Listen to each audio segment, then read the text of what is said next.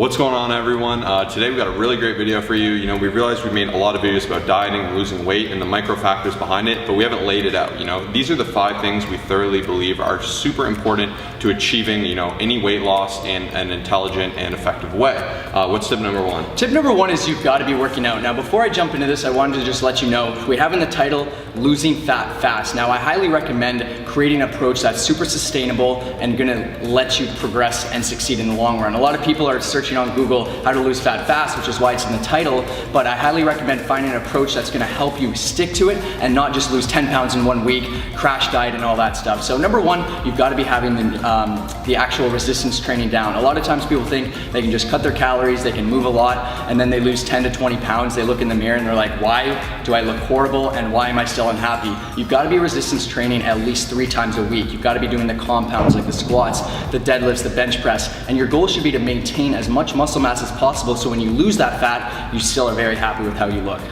Yeah, and you can absolutely lose a ton of weight without strength training. I see it all the time. For instance, runners, people that just diet hard, fasting, all those things. But the negative there is you're not actively working on strengthening your muscles and improving your lean body composition. So that's what's going to present these roundings. Arms give you that muscle health. Whereas when you're just running, you are getting a little bit of stimulus on those legs. But you're not effectively toning and working every area individually to strengthen it and really maintain that lean muscle as you diet down. Yeah, and just to add on to that, cardio is a fantastic tool, but it definitely isn't absolutely needed. So you have to be in a calorie deficit in order to lose the weight. We're going to talk about this a little bit afterwards. And cardio is a great tool to just basically allow you to eat slightly more and be in a little bit more of a deficit. But I wouldn't recommend going absolutely balls to the wall on something like this because you're going to feel hungrier, you're going to want to overeat. But used correctly, it is a great tool to help you lose fat faster. And we're going to put a little star on that thing.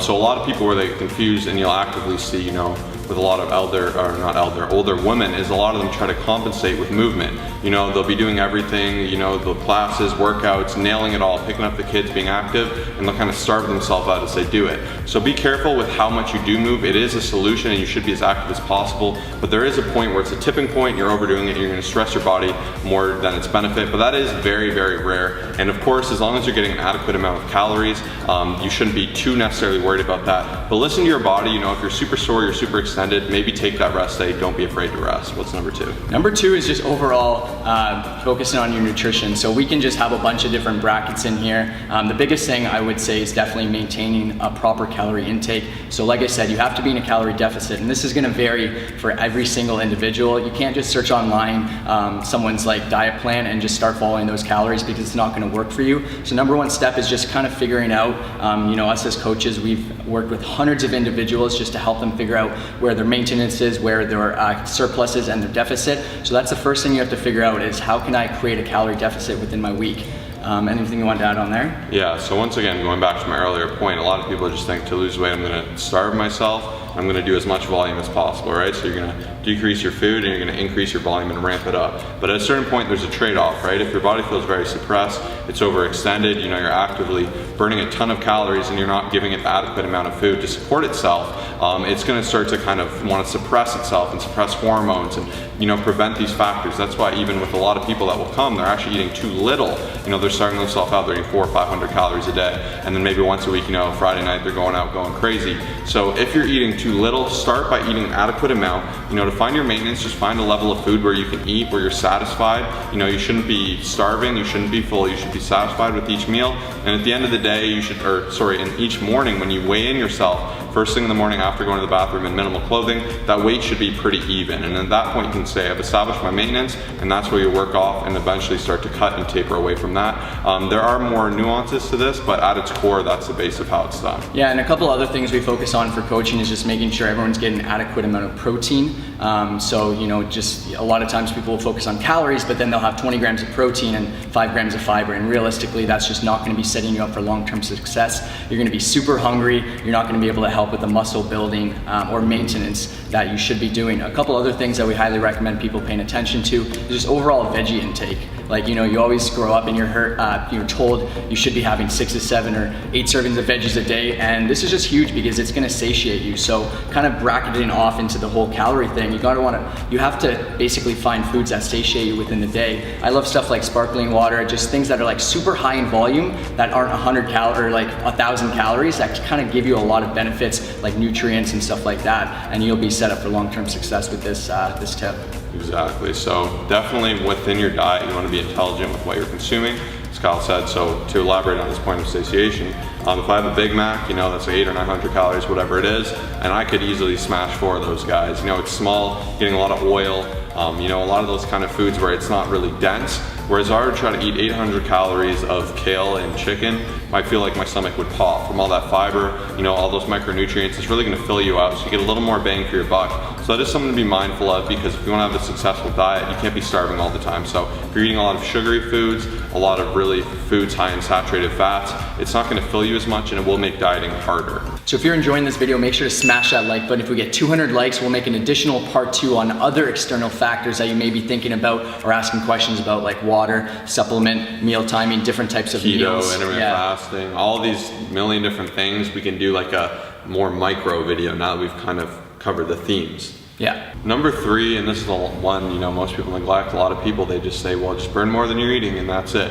But it goes a lot past that. You have to monitor your mental health, your mental state, and all those benefits there. We're gonna get into that a little bit more in the next one with lifestyle factors. But even things that will kind of inhibit your success are things like stress. So for instance, every time I did an exam, I would have exams for school, I'd get super stressed out, kind of overworked and overextended, and I'd end up getting sick, I'd have bad workout, all these things. When you're stressed, you are getting a lot of cortisol. Not that cortisol is inherently bad, but in this case it is cortisol from stress. You will get some of this from training, and it's not necessarily the worst thing. That's a whole nother video. But in terms of stress, you want to kind of get away from that. And when you're stressed, that can cause other psychological factors like the need to stress eat, the need to, be self-destructive and all these things. So it's super important you take care of yourself mentally. And one of the ways that a lot of people don't talk about in terms of diet is by being reasonable within yourself. So for me, when I diet, and for my clients, I really recommend the 80-20 approach. So a lot of people come to me, they say, make me a meal plan. And I say, I'd rather not. Because here's the thing, I make you a meal plan, I hate fish, I never eat fish. Turns out Kyle loves eating fish. Fish is his favorite food. And I say, Kyle, you can only eat chicken and broccoli, beef, and onion, and he hates onion. And then he's like, oh, this meal plan sucks, this and that. He goes to his favorite sushi place because he loves sushi on Friday.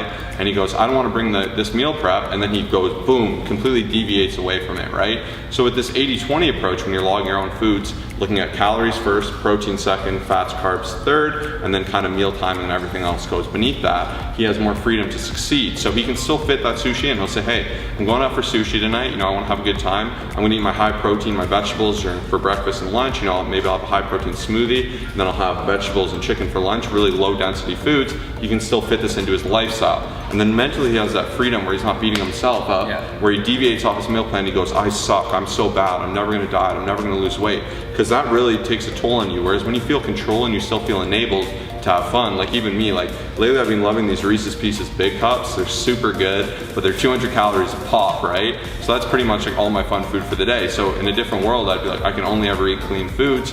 Purely, I would just feel restricted, and one day I'd go off the rails and I'd probably eat 30 of those things. So instead I say, hey, I'm gonna fit 200 to 400 calories in there out of my 3,500 calorie allowance. That's completely within my means, and that can limit my stress and make me feel more control and happy. And another big thing is accept you're gonna have bad days.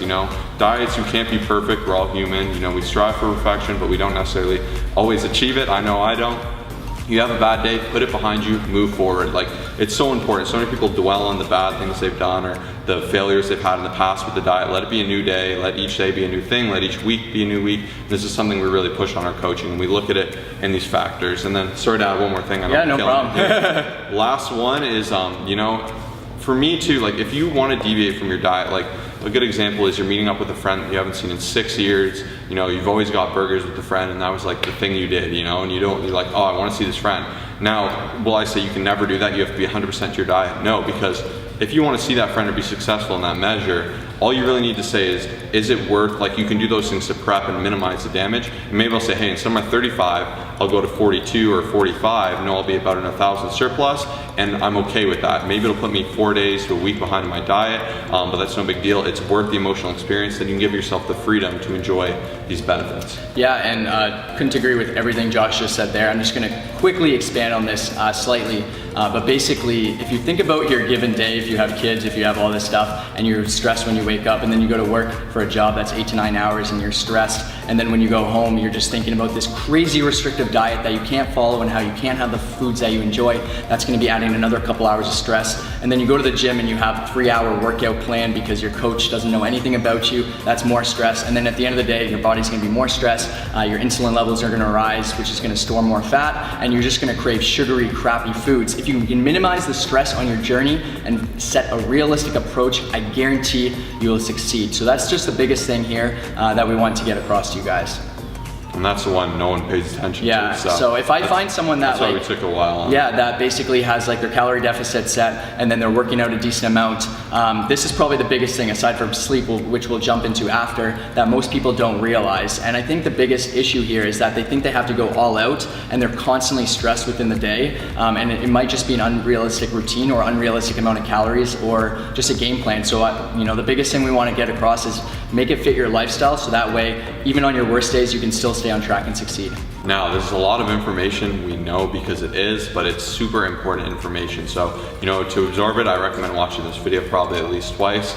You will get a lot of it, and at the end of the day, these tips might not necessarily be sexy, but they're effective. We've done this with hundreds and hundreds of people now. Our success rate is well above 90%, and we're very proud to admit that. So, you know, if this is overwhelming and you've made it this far in the video, chances are you're a committer, and you've probably failed doing this before. So we'd love to help you succeed. You know, if you don't know, we run an online coaching business. That is the core of our business. So essentially it's personal training online. So we manage everything from your nutrition, your workouts, to monitoring these lifestyle factors. You'll get unlimited tech support from me and Kyle. You can reach whenever. And a lot of people say, are you two the ones actually doing the coaching? And that is absolutely correct. You either work with myself or Kyle. We've worked with people in all spectrums of life, highly advanced, brand new, you know, sports, athletes, everything you can ever imagine.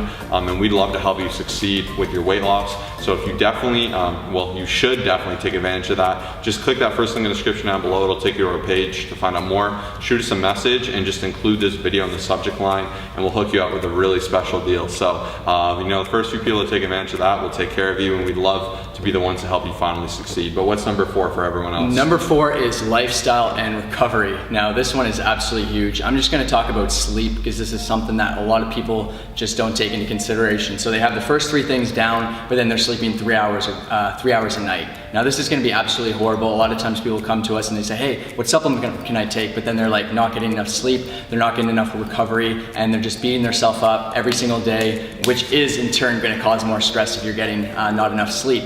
A lot of times people will just wake up and then the first thing when they have very little sleep is they're gonna crave a sugary, fatty food, and their entire day is just gonna be messed up, resulting in more stress. I saw that little boob dance there. But yeah, it's something that a lot of people, I would say, like, you know, a lot of our clients, we've been having them set like sleep goals just in terms of how much you're actually sleeping, because in my opinion, it's the best supplement and the best recovery mechanism. Absolutely, yeah, and you know, these factors are pretty limitless. So, you know, optimize recovery. A lot of people say, hey, how can I be less sore? How can I be ready to go the next day? You know, keep that frequency, maintain a consistent gym schedule is number 1. You know, make sure you're getting enough protein in your diet. You know, you're eating good foods that are gonna fill you up and, you know, really help benefit you as opposed to take away from you. You know, like if I just pour a bucket of grease down my throat, that's not gonna strengthen me and it's not gonna help me feel powerful, right? You know, so you wanna consume things that will actually help you feel strong, ready to hit those workouts. You know, you can do things like trigger point work, like things with a hypervolt, Theragun.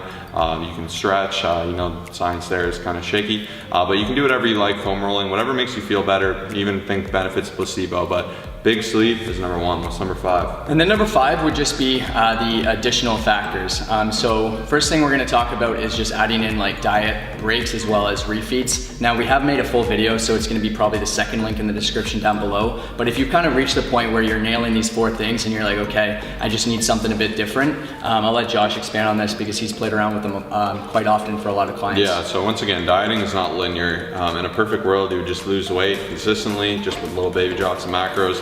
But there's been a lot of science lately to show the benefits of things like diet breaks, intermittent caloric restriction, carb refeeds, and these are all advanced tools you can use. But the number one for Gen Pop is diet breaks. Unless you're competing, I wouldn't really concern yourself with refeeds and things of that measure. That's more for physique competitors, but diet breaks, essentially, you can take your diet break I recommend 4 to 6 weeks.